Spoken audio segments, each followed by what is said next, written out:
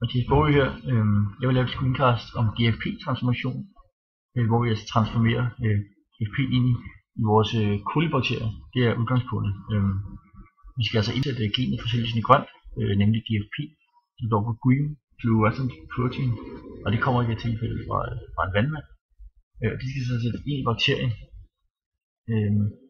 og vi håber på, at bakterien optager det og udtrykker det ved at kunne lyse grønt, når vi lyser på det med og vi skal bruge plasmid, som vi ser her. Og det er et lille stykke dobbeltstrenget DNA-sekvens, som er tilsat gener for GFP, og også indeholder resistens mod ampicillin, som man ser her. Så næste man gør, så bakterierne gør sig klar, de gør sig kompetente, som det hedder, ved blandt andet udsætte den for temperaturchok i forskellige vandbade, og ved at udtrykke for osmotisk stress ved at tilsætte calciumhydrid. Og det gør så, at de kan optage de her GFP. Og så laver man skåle med og uden antibiotika, som vi ser her. Og her ser vi så en E. coli-bakterie, som er det, vi bruger. Og en E. coli, det er en gram-negativ bakterie, men er følsom over penicillin. Den er som sagt følsom over for ampicillin, selvom det er en gram-negativ bakterie, som indeholder 2 af de her cellevægge, og derfor normalt plejer ikke at være så følsom over for antibiotikapåvirkning. Men det er E. coli altså.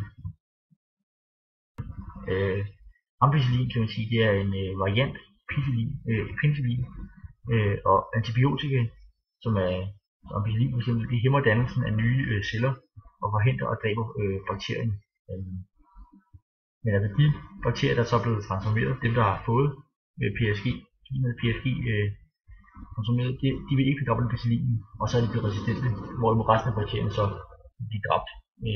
Og det er derfor bakterierne ikke bare vokser uhæmmet i de skole, hvor der er typisk af det her ampicillin.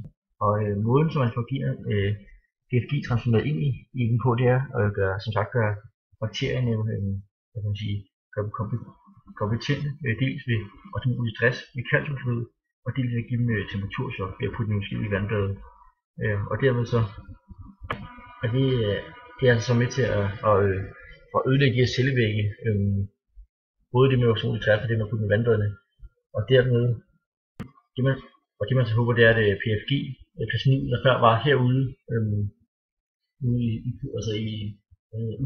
udstråling vil komme ind i bakterien og gøre, at den får det PFG ind og gøre den resistent, og dermed også kan lyse.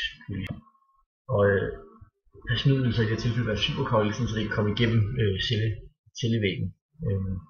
Og ja, de bakterier, der så får de her bliver smidt ind, så vil det så blive som sagt resistente og blive cellelysende.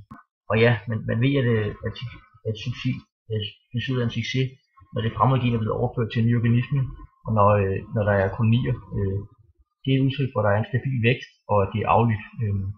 Altså det er noget, der sker med flere generationer af bakterier. Og det udtrykker sig så ved et virksomt protein, der lyser grønt, når man lyser på det med en UV-lampe. Og de bakterier, grunden til at der ikke er bare fyld på de andre, er blevet selekteret væk, det er dem, der ikke har fået de her plasmid med VFG inden det trængt ind i bakterien i løbet af processen. Så kommer lidt om de resultater og transformationseffektivitet, som vi har fået. Det handler altså om de resultater, vi har fået og beregne GFP-transformationen. 2 af skålene her, kan vi, som jeg kan sige her, har fået PFG-genet. Og der er rigtig mange bakterier i den skål, hvor der er DNA, men ikke ampicillin. Den her. Og der får de altså bakterier op plads til at vokse. Man kan sige, her i skål 1, der er kun bakterier, der får plads til at vokse.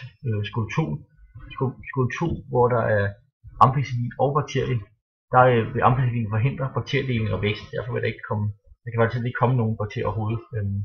Det kan godt være, men det er sådan en fejlkilde der.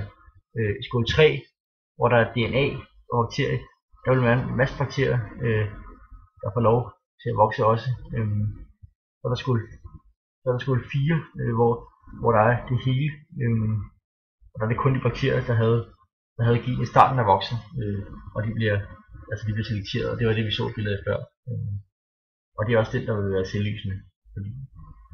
Ja. Transformationens effektivitet er antallet af celler, der transformeres af 1 mikrogram tilfælde DNA. Og man bruger meget små mængder DNA, store mængder DNA hæmmer transformationen. Normalt er transformationen ret ringe, nemlig til 10.000. Man skal nemlig bruge rigtig mange bakterier. Så derfor er det ikke så meget som en videre.